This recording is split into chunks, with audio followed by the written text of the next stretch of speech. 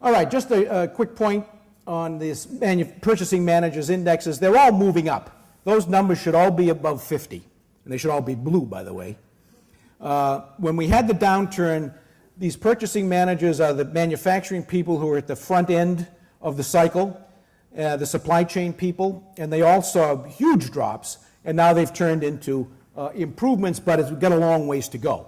We see no boom in these numbers, but we see clear and steady improvement, and these should all be blue by the end of the year and into next. But it's been a low, long, slow slog to crawl out of this deep, deep hole. But little by little, we see more light coming from it. So where do we think we're headed? I've argued that the financial seize-up did not turn into a financial collapse, and that the financial seize-up has been pretty much resolved through the bailouts and through the mere passage of time. I mean, time heals all wounds, right? Little by little, the system is stabilizing, but we're not seeing a lot of lending going on because of the uncertainties that are out there, and we're still counting a lot on the stimulus money to bring us forward.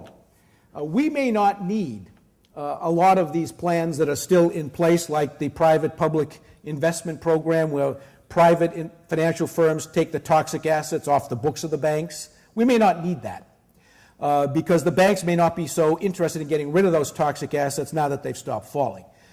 Some things that the accounting people, the FASB allowed, have made that a little less necessary, like changing the terms of the mark-to-market provision, which I won't get into because it's running out of time here.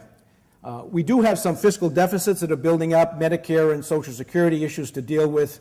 Again, that's a topic for another time, but it is a topic, because even though the recovery is coming and we see it in the numbers, we're not seeing a lot of improvement in revenue streams. And we know that revenue does improve as the economy improves to all levels of government.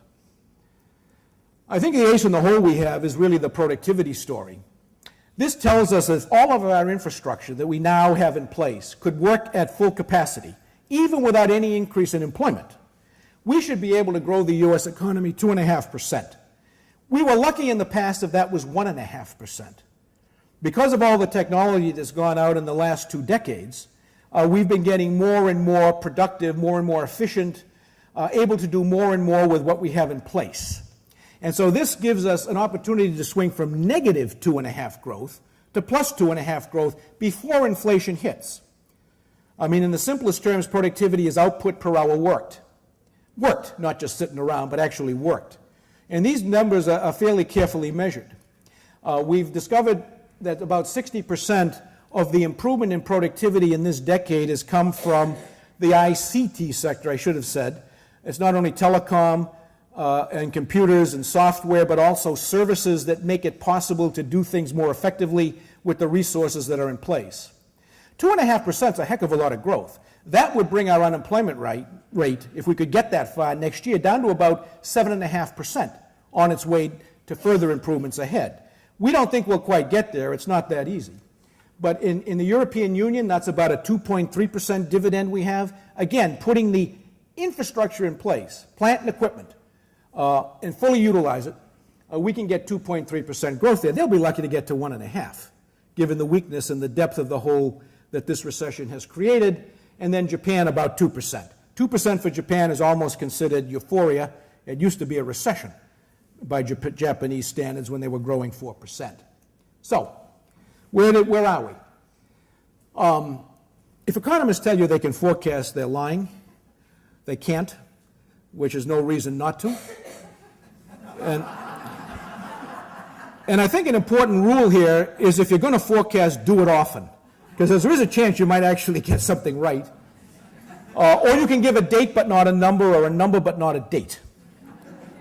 My way around this is to give you a range. How's that? This is a range of where we think this year will come out. And you can see the blue bars are all the advanced economies. They are fairly weak. They're all underwater. The U.S., which started the mess, comes out the best of the advanced economies. We're about 2.5% under. Germany, Japan, almost 5 to 6%. That's a huge, huge decline in their economic activity. And the emerging markets pretty much fall into place based on where they have been. For example, Hungary has always been in bad shape. They have a lot of debt, a lot of inflation. So therefore, they couldn't do much, but Poland and Slovakia and the Czech Republic were in very good shape, so they were able to do a lot to keep their economy afloat.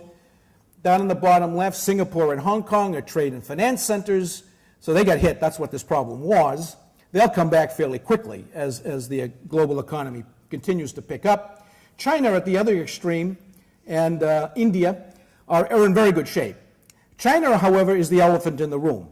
We would not have had the ninja mortgages, and we would not have concerns today about liquidity were it not for the fact that China does not consume.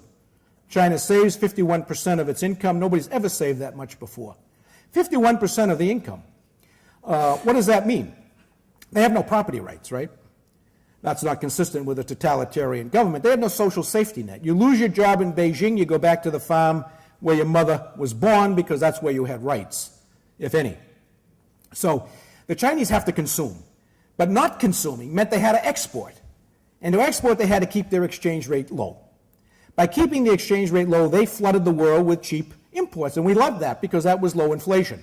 Exporting or export less and consume more, their exchange rate goes up. We have to borrow from China $20 billion a month to pay our debt, our public debt. And let me tell you, that's going to get expensive. Plus, they're not going to need the dollars. The world wants the dollar, but it wants to contain the amount it gets based on its ability to absorb them and to grow. And now they have too many relative to those opportunities. So it becomes a big issue. But in the meantime, they put a stimulus into their economy, as did India. They took advantage of this downturn by investing in infrastructure, by investing in things that make them competitive, because they recognize at the end of the day, the competition is going to get severe. And by the way, the political pressures also. So they're trying to invest to cope. And they may be a model for the rest of the world, but Asia's leading us out of the mess. Asia's growth is almost a V.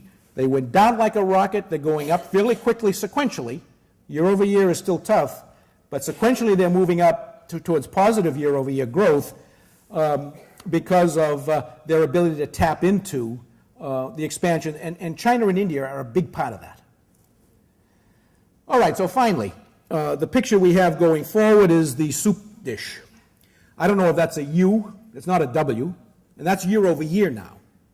Okay? We see that we've had a big hole. The blue is the global economy. The red are the advanced economies, the major markets. And the green are the emerging markets. And you see from peak to trough, those emerging markets took a beating.